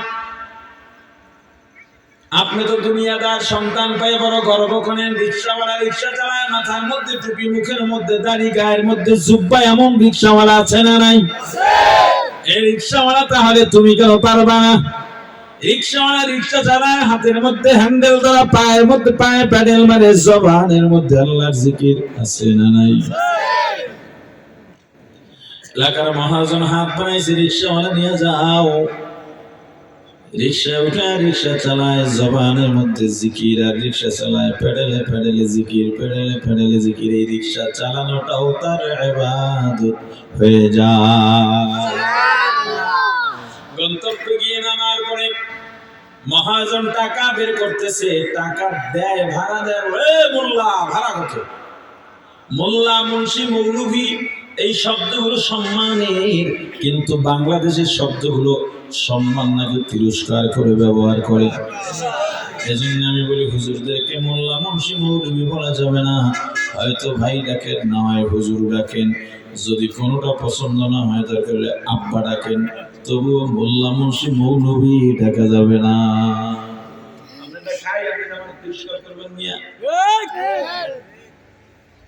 সিন্নি খাইলে কারো ছিল মোল্লা ছিল। মোল্লা ছেলে মেয়ে কয়জন? মনে বড় তৃপ্তি নিয়ে রিক্সাওয়ালা বলতেছে, হুজুর স্যার মহাজন আমার দুইটা ছেলে। কি করে? বড়টায় হেফজ সায়াস শুনাইতেছে, ছোটটার 20 পারা হয়ে গেছে, দোয়া করবেন। মহাজন মাথায় হাত দিয়ে জিব্বা 3 হাত বাইর করে, কি করছো এটা, কি করছো? নিজে তো জীবনটা শেষ রিক্সা চালাইয়া, ছেলে দুইটাকেও মাদ্রাসায় পড়াইয়া ভবিষ্যৎটা নষ্ট করে দিলা। রিক্সাওয়ালার মনে বড় চোট লাগছে। চাইলাম দোয়া, বলল কি? চুপচাপ দাঁড়ায় রইছে। গরিব মানুষ, অতটা সাহসও নাই। বিনয়ের সঙ্গে আস্তে আস্তে জিজ্ঞেস করে, মহাজন আপনার ছেলে কয়জন? বলে 5 জন। কি করে? একজন ডাক্তার, একজন ইঞ্জিনিয়ার, একজন বিজনেসম্যান, একজন রাজনীতিবিদ, একজন কলেজে পড়ে। সবাই চেষ্টা হয়। বুঝলাম যে ডাক্তার ডাক্তারি করে, যে ইঞ্জিনিয়ার সে প্রকৌশলী, যে ব্যবসায়ী সে ব্যবসা করে, যে পড়ে হে পড়ে, যে রাজনীতি করে হ্যাঁ কাম কি? ওই জায়গায় তো বড় খাওয়ান। একবার যদি চেয়ারম্যান বানাইতে পারে, এমপির দরজাটা খুলে যাবে 5 বছর পরে। এমপি যদি একবার হয়ে যায়, মন্ত্রিত্বের জন্য লবিং গ্রুপিং যা করার আগে কর্ম কয়। কারণ কি? উপরে যত যাওয়া যায়, চুরি তত ভালো করা যায়। এই সোনা গরিব মানুষ বিনয়ের সঙ্গে ডাকতে বলেন, মহাজন আপনার 5টা ছেলে বড় গর্ব করে বললেন, বুক উঁচা করে বললেন, মাথা উঁচা করে বললেন, আমি শুধু বিনয়ের সঙ্গে জানতে চাই আপনার 5টা ছেলে আপনি মারা যাওয়ার পর একজনও আপনার জানাজা পড়াবার মতো যোগ্যতা সম্পন্ন আছেনি। এবার মাতবরের মাথা নিচে রিক্সাওয়ালা এবার বুক ফুলে দাঁড়াইছে, এ গরিব মূর্খ, যা, তোর ভাড়া লাগবে না, তোকে আমি মুক্ত করে দিলাম। জানো দুনিয়ায় গরিব আর মূর্খ কারা? আমার রাসূল বলেছেন, যাদের মধ্যে দিন নাই, কোরআন নাই, ওরা সবচাইতে গরিব। দুনিয়ারও গরিব, পরকালেরও গরিব। সন্তান জন্ম তো গরু ছাগলও দিতে পারে, মানুষ বানাতে পারে কয়জন? ও ভাই আমার, এই মাদ্রাসা ওয়ালাদের পক্ষে থাকবেন না বিপক্ষে থাকবেন? আমার সাথে সম্পর্ক রাখবেন নাকি সম্পর্ক ছিন্ন করবেন? এই মাদ্রাসায় ছোট ছোট ছেলে মেয়েরা পড়ে, মহিলা মাদ্রাসায় ছোট ছোট মেয়েরা পড়ে। জানেন এসব মাদ্রাসায় কি হয়? আপনার তো জানা নাই, যদি জানতেন মাদ্রাসার গোলাম হয়ে যাইতেন, গোলাম হয়ে যাইতেন। আপনার যদি দেখতে মনে চায়, এই বাউফলের মধ্যে অনেকগুলো মাদ্রাসা আছে, রাতে বোর্ডিং আছে, কিংবা খানা নিয়ে রাতে গিয়ে খাইয়া মাদ্রাসায় ঘুমায়। গভীর রাতে যাবেন, গিয়া দেখবেন কি হয়। 8, 9, 10 বছরের বালক, যেই ছেলেটাকে মা খাওয়াইয়া দেওয়ার কথা, মা ঘুম পাড়াইয়া দেওয়ার কথা, আজ এই মাহফিলে রওনা দেব। আমার বাড়ি কুয়াকাটায়। ঢাকার মাদ্রাসা তো আছে, অনেক বড় মাদ্রাসা, মেশকাত পর্যন্ত, ফতোয়া বিভাগ, আরো অনেক বিভাগ আছে। কিন্তু বাড়িতে স্কুল শুরু করেছি, সাথে মাদ্রাসাও আছে, বালিকা শাখা আলাদা আছে। আজকে বিবি বলতেছে, দরজার সামনে আমাদের লোকজন যারা বাজারে এনে রাখে, এর মধ্যে যে সকালে নাস্তা আনায়, রুটি টুটি, ওই দরজার কেরিয়ার লাগাইয়া কলিং বেল দিয়ে চলে যায়। মাঝে মাঝে পাই না, কেন, কে নেবে? একটা ছাত্রী আছে, সিসি ক্যামেরায় ধরা পড়ছে, বয়স 6 বছর, 1.5 মাস হয়ে গেছে, ওর মা ভর্তি করে দিয়ে গেছে, খোঁজ নেয় না। কেন? ওর মা মানুষের বাড়ি কাজ করে, খোঁজ নেবে কেমনি? আমি বলছি, তাহলে আজ থেকে এই মেয়েটাকে তোমার সাথে নাস্তাই করাবো, কাপড় চোপড় যা লাগে দেবে।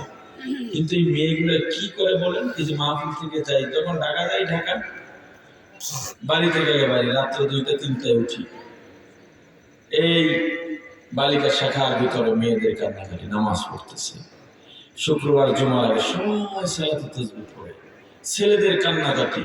বাসায় থাকলে এমনও আসিয়া থাকা যায় না, নিজের কাছে নিজের অপরাধী লাগে।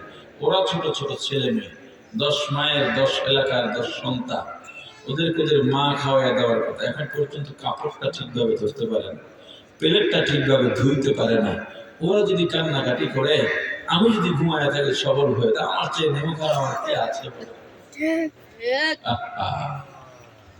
ওই মাদ্রাসার মধ্যে 8, 9, 10 বছরের বালক, যেই ছেলেটাকে মা খাওয়াইয়া দেওয়ার কথা, মা ঘুম পড়াইয়া দেওয়ার কথা, মা গোসল করাইয়া দেওয়ার কথা, মা বিছানা বিছাইয়া দেওয়ার কথা, কাপড়টাও মা ধুয়ে দেওয়ার কথা, ওই ছেলেটা মাদ্রাসায় যাইয়া নিজের কাপড়টা নিজে ধোয়, নিজের বিছানাটা নিজে বিছায়, নিজের প্লেটটা নিজে ধোয়। রাত্র যখন গভীর হয়ে যায়, মশারিটা খুলে বিছানাটা গুছাইয়া, ছোট্ট ছোট্ট পায়ের কদম বাড়াইয়া অজুখানায় চলে যায়, সুন্দর করে অজু বানায়, আরো সে আনন্দের বন্যা বয়ে যায়। আল্লাহ ডাক দিয়া বলেন, ফেরেশতারা দেখ আমার মাসুম বান্দা কত প্রাপ্ত বয়স্ক, এখনো ঘুমায়, আমি এত ডাকি, আমি প্রথম আসমানে এলাম, ডাকলাম, তবু একটাও জাগলো না। দেখ, তাকায় দেখ, ছোট্ট ছোট্ট পা ফেলে, দেখতেও মজা লাগে। দেখ কি সুন্দর করে অজু বানায়, অনেক বড় মানুষও এত সুন্দর করে অজু বানাইতে পারে না।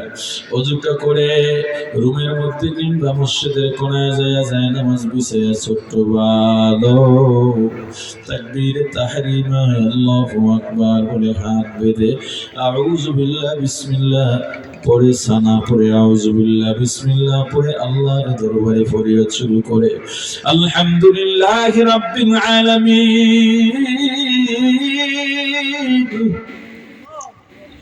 আর রহমানির রহিম মালিক ইয়াউমিদ্দিন إياك نعبد وإياك نستعين اهدنا الصراط المستقيم কেরাত পরে আর কাঁদে, রুকুতে যায় কাঁদে, সিজদায় যায় কাঁদে।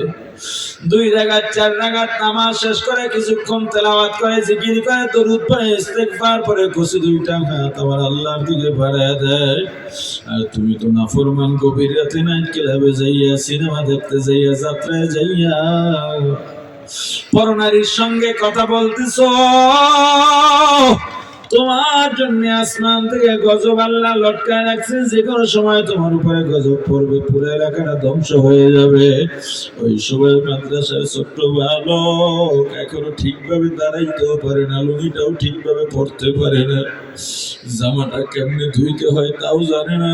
মাঝে মাঝে দাঁড়ায় দেখবা মাদ্রাসায় গিয়ে শুক্রবারে অথবা বৃহস্পতিবারের শেষ দিকে দেখবা ছোট ছোট ছেলেরা কেমনে দৌড়ে দৌড়ি করে কাপড়টা নিজে ধোয়, সাবানটা গায়ে কেমনে লাগায়। অনুভব করবো আমার ছেলেটা যদি এখানে হয়তো এইভাবেই কষ্ট করতো।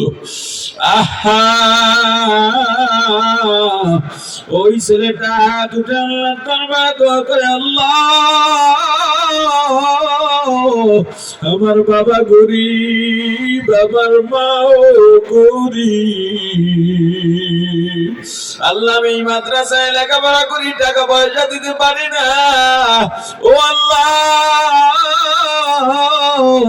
আমার ওই মা বাবাকে আপনি মাফ করে দেন।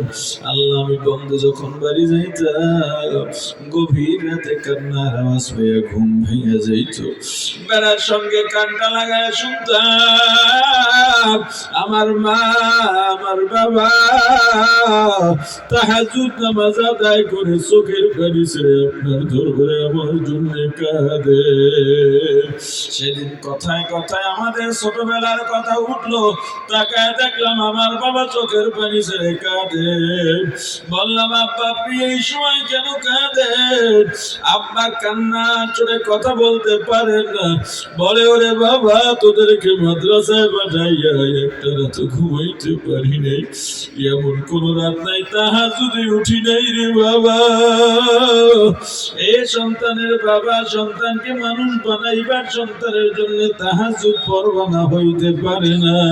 ওই সন্তানের জন্য তাহাজ্জুদ পড়ে পড়ে আল্লাহর দরবারে দোয়া করো, রব্বি হাবলি মিনাস সালিহিন। ওগো আল্লাহ, যেদিন মাদ্রাসার বন্ধ শেষ হয়ে গেল, আমার বাবা একদিনও আমাকে বাড়ি বেশি থাকতে দেয় নাই। আগের রাতে আমি ঘুমাই, গভীর রাতে হঠাৎ করে আমার কপালের উপরে এক ফোঁটা গরম পানি অনুভব করে আমার চোখ মেললাম, তাকায় দেখি আমার মা আমার পাশে বসে কান্দে। লাভ দিয়ে উঠে বসে বললাম, আম্মু রে এত রাতে কেন ঘুমাও না, এখানে যে কেন কাঁদো? আমার মা কান্না করতে করতে বলতেছে, রে বাবা কালকেই তো মাদ্রাসায় চলে যাবি, এ বাবা তোকে পাঠাইয়া ঘুমাইতে পারি না, খাইতে পারি না, আবার যাবি, আমি কেমনে থাকবো? কিন্তু তোরে দিয়া দুনিয়া চাই না রে বাবা, একটাই মাত্র আশা, যদি কোনদিন খবর পাস আমি মা দুনিয়ায় নাই, ওদিন আমি মায়ের জন্য দোয়া করবি, আমি মাকে ভুলবি না। আমার সব মায়া ত্যাগ করে তোরে দূরে রাখি, কেমনে খাও জানি না, আমি যখন খাইতে বসি তোর কথা মনে পড়ে, ও যেন কেমনে খায়। এখনো বাড়ি তুলে দেখি খাওয়াইয়া দেওয়া লাগে, প্লেটটাও ধুইতে পারে না, ওখানে বসে কি করিস বাবা? তোর কষি কষি হাত এটা দিয়া কেমনে কাপড় তুই মোরাস, হাতের তো চামড়া উঠে যাওয়ার কথা। ওগো আল্লাহ, আমার বন্ধু শেষ সকালে মাদ্রাসায় যাব, আমি দেখলাম আমার মা মাথার ঘুমটার পর্দাটা লম্বা করে নুয়া নিয়ে, আমার মা ব্যাগ গুছায়, ব্যাপারটা কি মায়ের মুখ দেখা যায় না। আমি একটু নুয়া মায়ের ঘুমটার নিচ দিয়ে তাকায় দেখলাম আমার মায়ের চোখে পানি চলচল করতেছে। আমার ব্যাগ গুছায়া বাবার হাতে দিয়া বলে, ওকে একটু গাড়িতে উঠাই দিয়া, ভালো একটা গাড়ি দেখে উঠাই দিয়ে, ওর জন্য কষ্ট না। আমার মা আমাকে কাছে ডেকে আমার গালে চুমু খান, আমার কপালে চুমু খান। আমি বললাম আম্মু মাথায় একটা ফু দিয়ে দোয়া কইরা দাও। আমার মা হাতের মুঠের মধ্যে 10টা টাকা দিয়া বলে বাবা এই 10টা টাকা দিয়া বাদাম খাবি। আমি বললাম মা গো 10 টাকায় কি হয়, বড় লোকের ছেলেরা আইসক্রিম খায়, কত ধরনের মজা কিনে খায়। তরকারি যদি ভালো না হয় বোরিং এ ভালো তরকারি রান্না করে কিনিয়া খায়। ও আমার আরো কিছু টাকা দাও। মা ডাক দিয়া বলে বাবা এই 10 টাকা আমার কাছে আছে, আর নাই তোর বাবার কাছেও টাকা নাই। আমরা গরিব মানুষ, একটু অপেক্ষা কর, তোর কোনো অভাব হবে না রে বাবা। কারণ তোর পরীক্ষার ফি দিতে গিয়ে একদিন আমরা না খাইয়া রইছি, তোর কিতাব কেনার টাকা দিতে গিয়ে আর একদিন না খাইয়া রইছি। সারা বছরে একদিন আমরা গোস্ত খাই না, তুই বাড়িতে এলে গোস্ত কিনা তোরে খাওয়াই। এ বাবা সারা বছরে একটা মিষ্টি কেমন চোখে দেখি না। তোর বাবা সকালে বের হয়ে যায়, রাত্র 10টায় আসে, একমাত্র তোকে নিয়ে স্বপ্ন, তোকে হাফেজ বানাবো, আলেম বানাবো, আর কোনো আমাদের চাওয়া পাওয়া নাই।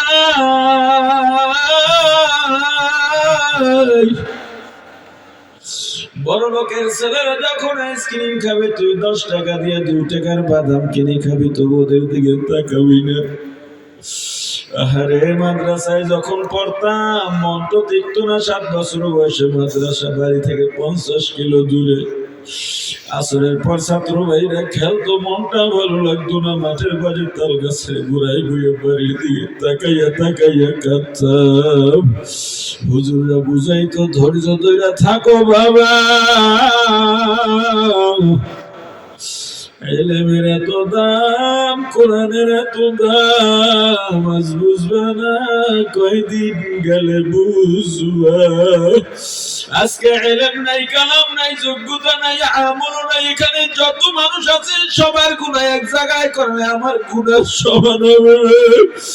এরপরেও এত সম্মান, এত আদর, এত কদর, এগুলো আমার কিচ্ছু না, শুধুমাত্র দিন, শুধুমাত্র কোরআনের দাম।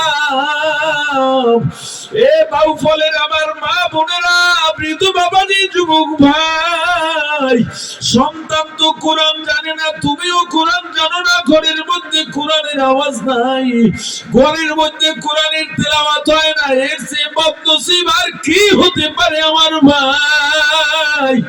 এখন থেকে তওবা করার নিয়ত করো, ঘর থেকে কোরআন নামাবো না, কোরআন তেলাওয়াত করতেই থাকবো। ওগো আল্লাহ, আমার বাবা ব্যাগ নিয়ে যায়, আমিও পেছনে পেছনে যাই, মনটা ভালো না, মাকে দেখছি কাঁদে। কত দূর যাওয়ার পর বাড়িটা আড়ালে পড়ে যাবে, চিন্তা করলাম আর একবার বাড়িটা দেখি। পিছনের দিকে তাকায় দেখি বাড়িতে দরজার সামনে গাছের আড়ালে আমার মা আমার পথের দিকে তাকায়া তাকায়া কাঁদেন আর হাতের ইশারা দিয়া বিদায় জানান। হাঁটতে হাঁটতে আমার বাবা বলে বাবারে পিছনে কি দেখো?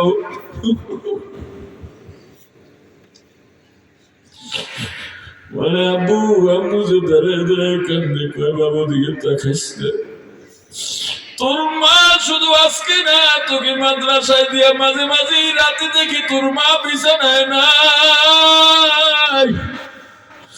খুঁজতে খুঁজতে দেখি দরজাটা খোলা, দরজার সামনে গিয়ে দেখি তোর মা দাদার দিকে তাকায় তাকায় কাঁদে। ওরে বাবা, কত রাত তোর মা তোর জন্য দোয়া করতে করতে রাত্রটা নির্ঘুম কাটা দিছে, কত রাত নামাজ পড়তে পড়তে তোর জন্য রাত্রটা নির্ঘুম কাটা দিছে। তোর মায়ের জন্য দোয়া করবি, আমার জন্য দোয়া করবি। বাবা আমাকে বাসের সিটে বসে সুপারভাইজারকে ডাক দেয়া বলে, সুপারভাইজার আমার ছেলেটা বাউফল মাদ্রাসা ছেড়ে না, ওরে সামনে নামায় দেবা, পথে ঘাটে সমস্যা নেই, একটু তোমরা খেয়াল রাখো, ছোট মানুষ। আমার বাবা আমাকে বিদায় দিয়া চলে গেলেন। আধা ঘন্টা পরে গাড়ি ছাড়বে, লঞ্চ ছাড়বে।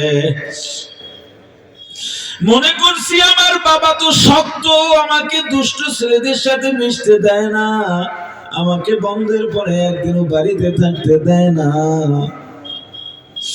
মা বলতো তোর বাবা এটা উপরে দেখায়, তোর বাবার মায়া বেশি মানতাম না, বিশ্বাসও করতাম না। কিন্তু রে আধা ঘন্টা পরে যখন গাড়ি ছাড়বে জানালা দিয়ে বাইরে তাকায় হঠাৎ করে তারের খাম্বার দিকে নজর পড়ছে। খাম্বার আড়ালে পরিচিত পরিচিত দেখায়। যেই বাবাকে মনে করছিলাম শক্ত, যেই বাবাকে মনে করছি বাবার মতো কঠোর আর কেউ নাই, তাকে দেখলাম আমার সেই শক্ত বাবাটা আজকে শিশুর মতো কান্দে। ওগো আল্লাহ, আমার ওই মা বাবার জন্য আপনি আমাকে কবুল করেন, মা বাবাকেও কবুল করেন। মা লোক দোয়া করে আর বলে আল্লাহ, আমার বাবা এখন একটা ছেলে মাসে খাওয়ার জন্য কমপক্ষে 3 থেকে 5,000 টাকা লাগে। ওগো আল্লাহ, আমার বাবা দিতে পারে না। এই বাউফল এলাকার মানুষগুলোর সাহায্য সহযোগিতায় মাদ্রাসা চলে, আমি পোশাক পাই, কিতাব পাই, ওস্তাদদের বেতনতা তো হয়ে যায়। আল্লাহ, এই উসিলায় এলাকার মানুষগুলোকে সব ধরনের গজব থেকে হেফাজত করো। তোমার জন্য তো গজব লটকে আছে, যে কোনো সময় পড়বে। মাদ্রাসার ওই ছোট্ট বালকের দোয়ার কারণে আল্লাহ তোমার উপর থেকে গজবটা উঠাইয়া নেন। এবার বলেন, এই মাদ্রাসার ছেলেদের পক্ষে থাকবেন না বিপক্ষে? রাস্তাঘাট দিয়ে ছোট ছোট ছেলে মেয়েরা হাতে পুরস্কার করে বিভিন্ন কথা বলেন, এটা বন্ধ করা লাগবেই লাগবে। ওদেরকে বন্ধ বলা যাবে না। ওরা যখন রাস্তা দিয়ে হাঁটে আল্লাহর নূরের রহমতের ফেরেশতা ওদের পাখা বিছাইয়া দেয়। এলেম শেখা অবস্থায় মারা গেলে জান্নাত বিনা হিসেবে, জান্নাত শহীদি মর্যাদা। যারা বয়স্ক হয়ে গেছেন, কোরআন শিখতে পারেন নাই, যত টাকা লাগে যেমনি লাগে সব কাজ বাদ দেওয়া লাগলেও কোরআন শেখাই লাগবে। শিখবেন, নিজের দায়িত্বে শিখবেন। কোরআন শেখার বিকল্প কোনো